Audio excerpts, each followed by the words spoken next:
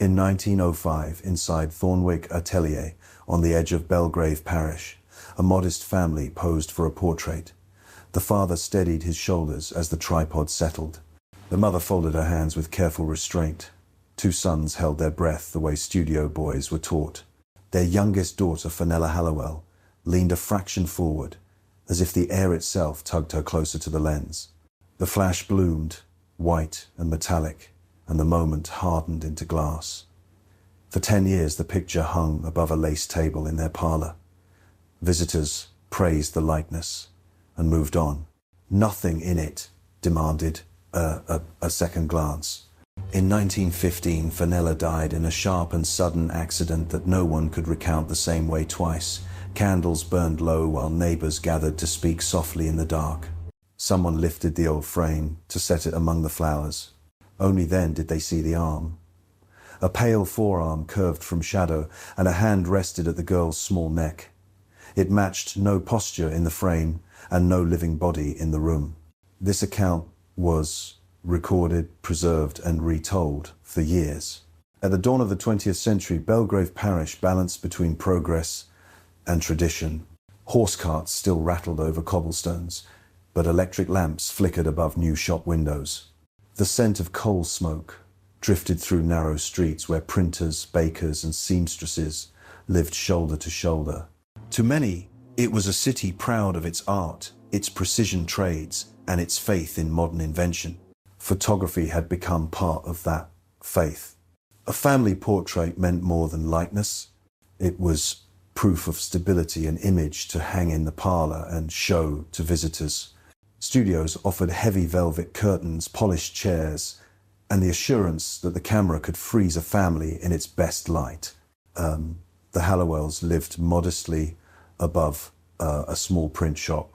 Otto, the father, worked the presses, ink smudged deep into his hands. Helene, his wife, had once been a teacher, but now gave her energy to raising 3 children. Karl and Matthias, the elder sons, followed rules with quiet precision.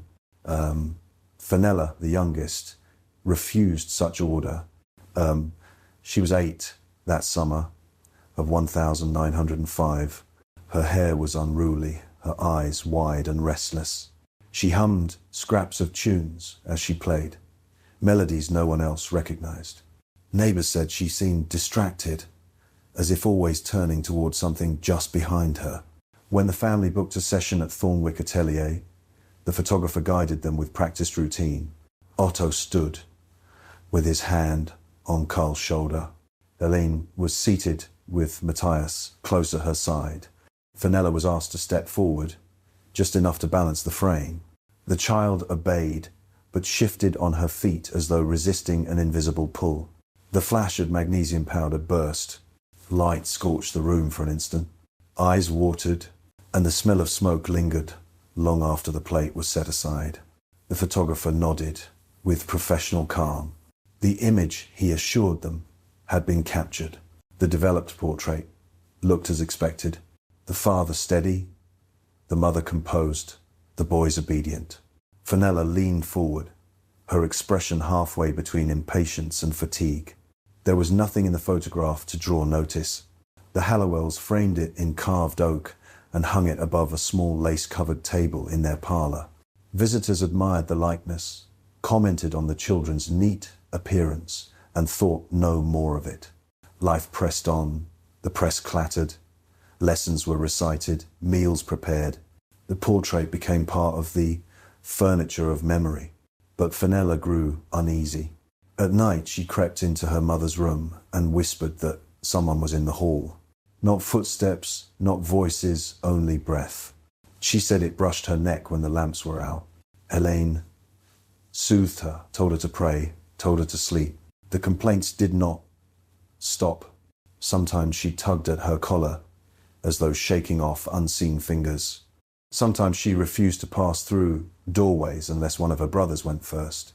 Otto dismissed it as childish fancies, a stage soon outgrown.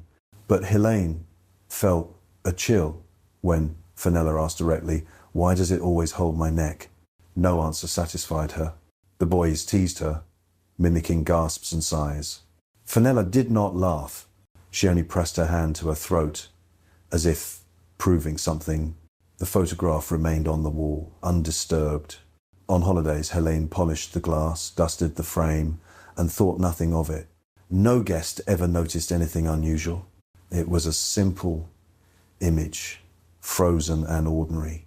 Years carried the family forward. The boys grew taller. Otto worked longer hours. Helene aged into quiet severity. Fenella, however, remained fragile. Her head often tilted slightly, as though giving space beside her. Neighbours remarked that she seemed pursued by drafts in a house where no windows were open. By 1915, the world had changed. The Great War thundered across Europe. Trains pulled soldiers through the station at all hours, smoke hanging over the city. Shops closed early, rations thinned, whispers of loss spread in every street. And then tragedy struck. Fenella, 16, died suddenly in an accident. Some said a fall, others spoke of a runaway carriage. No account matched, except the final fact: the child was gone. The Hallowell parlor filled with flowers and hushed visitors. Candles burned low, their smoke mixing with grief. Among the objects gathered for remembrance, the family brought down the old portrait. They set it near the coffin, its glass reflecting the flicker of light. Only in that moment of sorrow would they see what had been there all along, waiting unremarked for 10 years. The Hallowell parlor was crowded with mourners. Helene sat rigid in her black dress, her face lined by sleeplessness. Otto stood at the window, hands locked behind his back, staring at the street as though work could return if he refused to look inside. Between them, the coffin rested low, flowers spilling fragrance over the quiet. On the lace-covered table, the family portrait leaned against candles. It had been lifted from the wall that morning, polished with a handkerchief, and placed for remembrance. Guests approached to nod at its solemnity, to remark on how small Fenella had been, how quickly she had grown. But then the murmurs shifted. An aunt leaned close.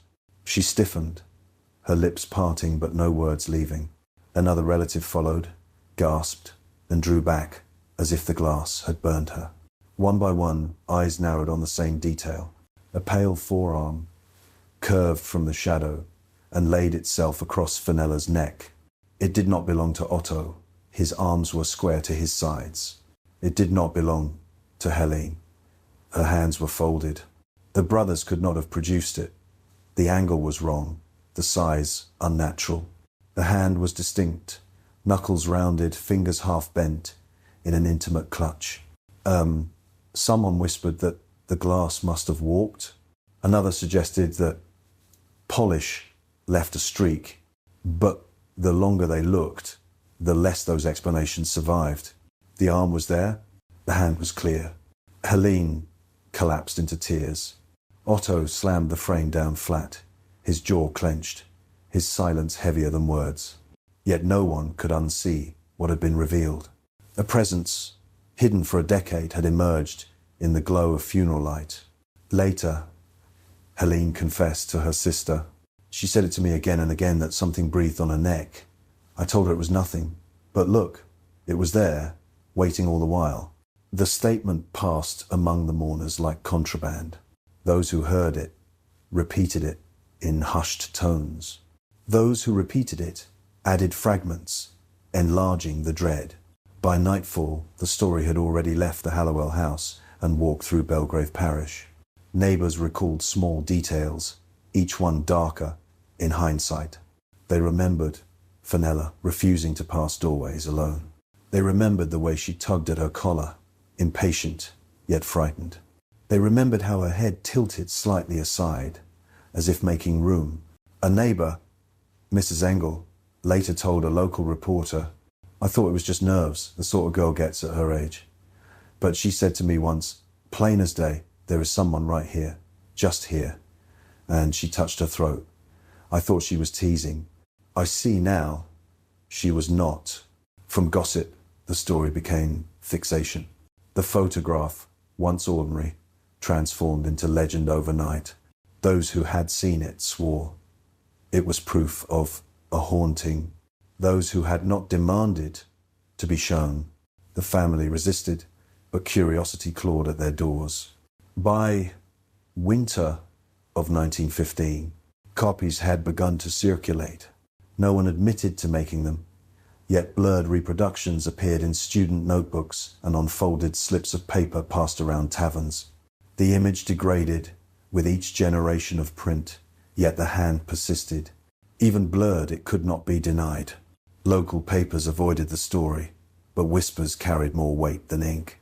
Some said the hand tightened over time, year by year, pressing deeper into the child's throat. Others swore the glass fogged with breath each time it was touched. A maid who had dusted the frame claimed, "I wiped it clean," but each morning the glass was clouded, as though someone had leaned close. Otto rejected all of it. He insisted the image was a mistake, a trick of exposure. He told Helene not to speak of it. He refused visitors who asked for a glimpse, but his silence only deepened the mystery.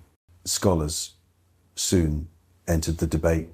A lecturer from the university offered a public explanation. Multiple exposure or a plate improperly cleared may give the illusion of phantom limbs. He spoke with authority, chalking diagrams on a board. Yet when a lantern slide revealed the photograph enlarged, the hall fell into hush. No one could argue with what they saw. A hand, flesh and bone, where no hand should be. The lecturer closed his notes abruptly and never spoke of it again. Meanwhile, spiritualists seized on the case. They called it proof not of afterlife, but of foretelling an omen recorded by chemicals and light. Seances were held where blurred copies were placed in the center of the table, candles guttering as participants reached for answers. One woman claimed she felt her own throat tighten when she touched the paper. Another swore she heard a sigh escape from it. The more the city tried to dismiss the story, the more it spread. Children dared each other to stare at the copies without blinking. Shopkeepers passed rumors with customers.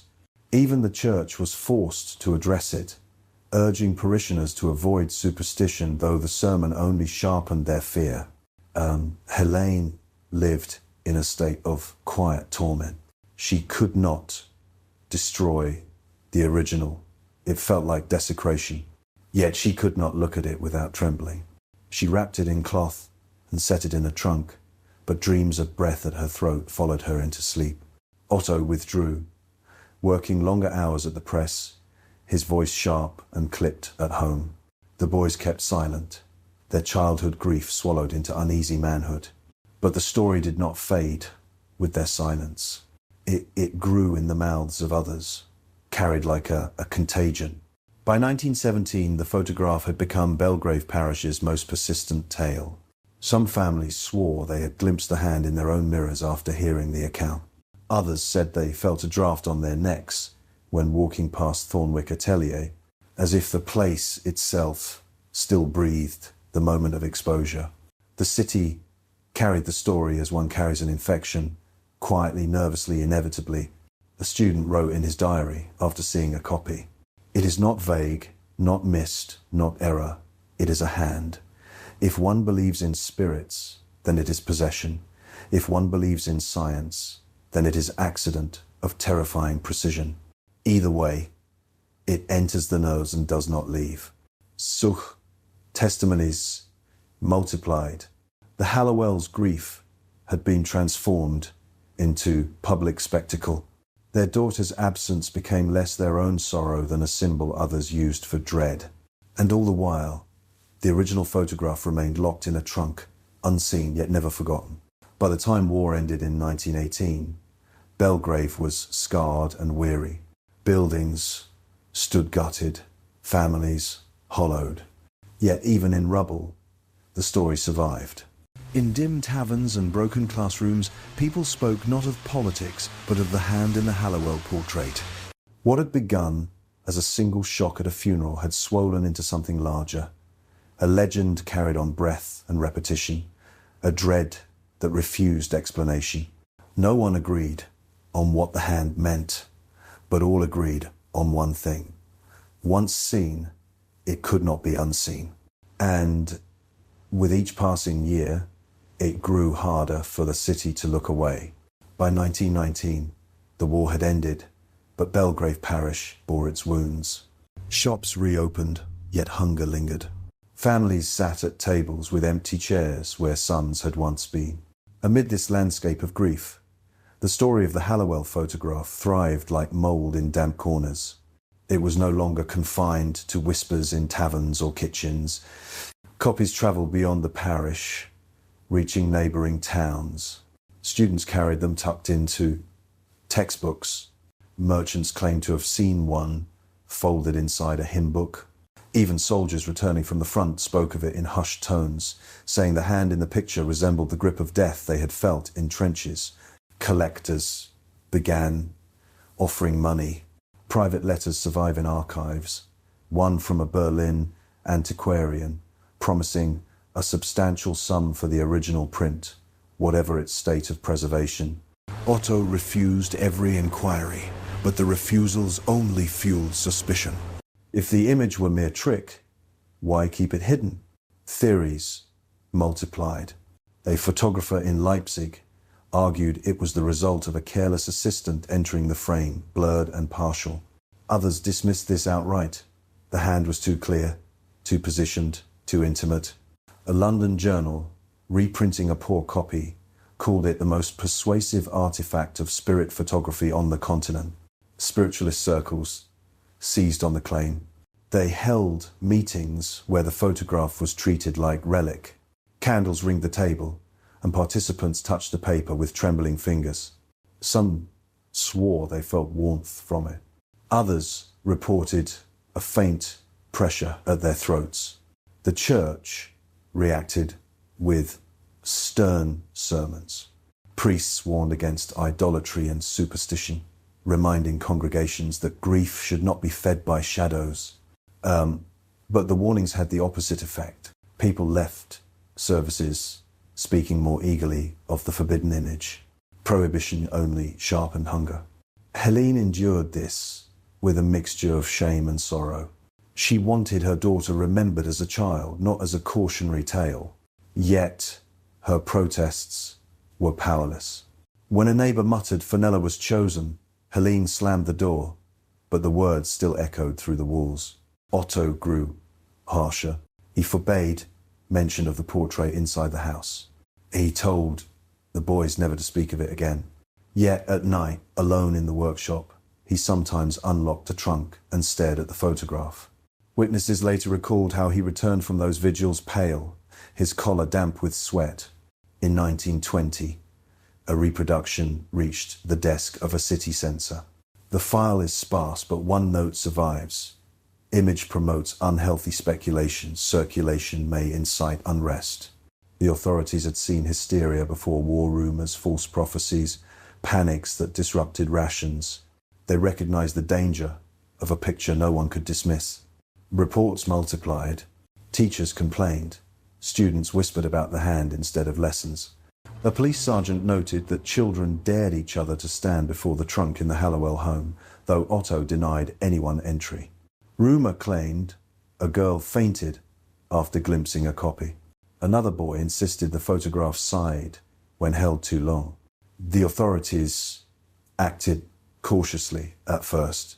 They requested meetings with Otto, offering to archive the picture for safe study.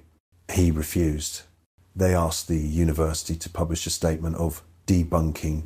The professors declined, unwilling to risk ridicule. By early 1921, patience ended. A formal decree was issued. All known copies of the Hallowell photograph were to be confiscated. Exhibition, distribution, or sale was forbidden. Violators faced fines or seizure of property. The order was justified in moral terms. It warned that superstition weakened the city, distracting citizens from rebuilding. But behind the language lay unease. Officials had seen the picture themselves. and silence was easier than explanation. Enforcement was uneven. Some copies were burned in schoolyards under watchful eyes. Others vanished into private collections, hidden between pages of atlases or behind portraits of saints. A rumor spread that one print was smuggled to Prague, another to Vienna. No evidence survives, but belief alone was enough. For the Hallowells, the decree brought no relief. Their name was now tied forever to the cursed image. Otto closed his shop within months, retreating from neighbors who stared too long. Helene seldom left the house. Convinced whispers followed her into the market. The sons left Belgrave in silence, never writing publicly of their childhood. Yet the story persisted. The very act of banning the photograph transformed it into legend. To speak of it was to trespass against authority, and so it carried the allure of the forbidden.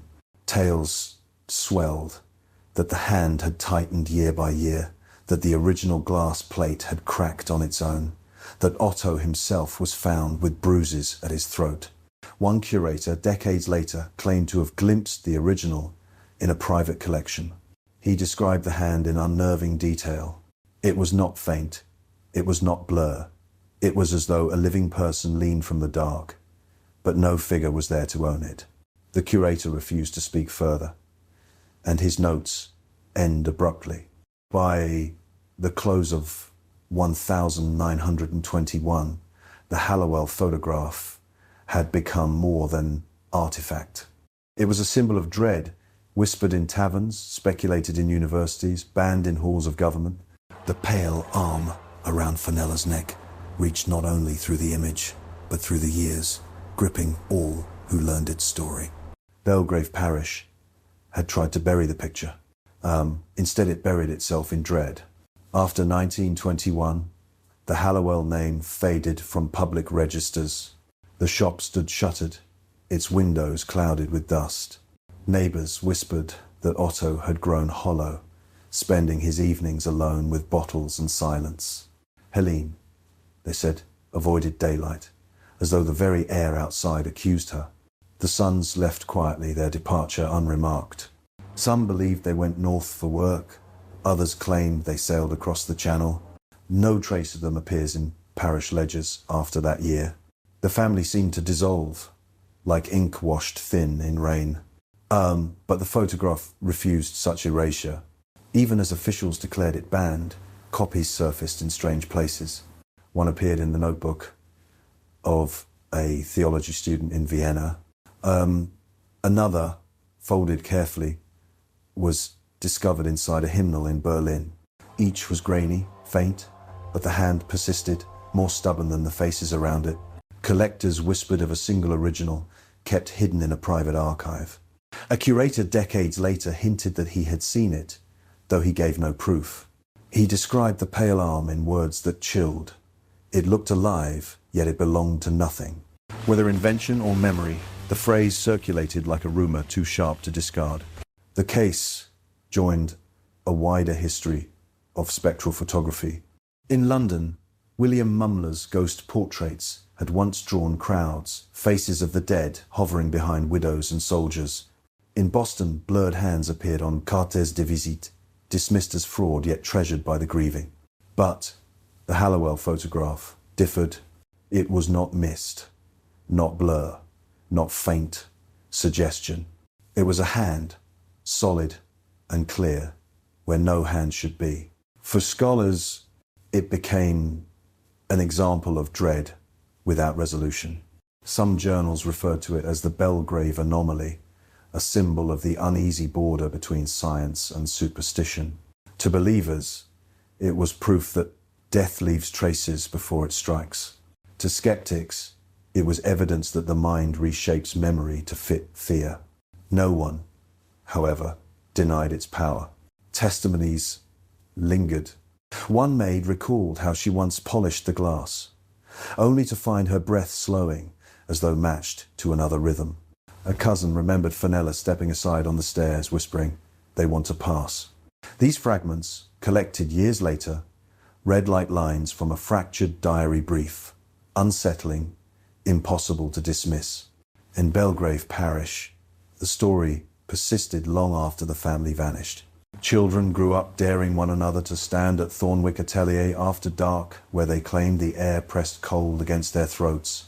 Elders warned them off, yet repeated the tale themselves in winter kitchens.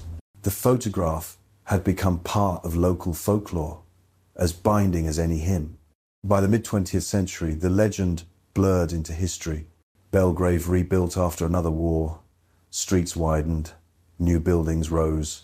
Yet in quiet corners, the story returned whenever someone spoke of omens or uncanny signs.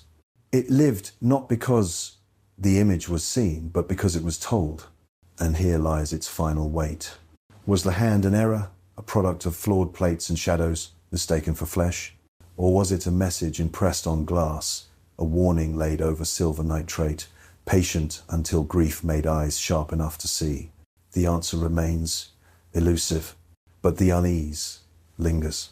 Even today, researchers of forgotten archives note how viewers of the reproduction often lift their hands to their necks without realizing, as if the act of looking invites the gesture, as if the photograph, even in absence, continues its quiet hold.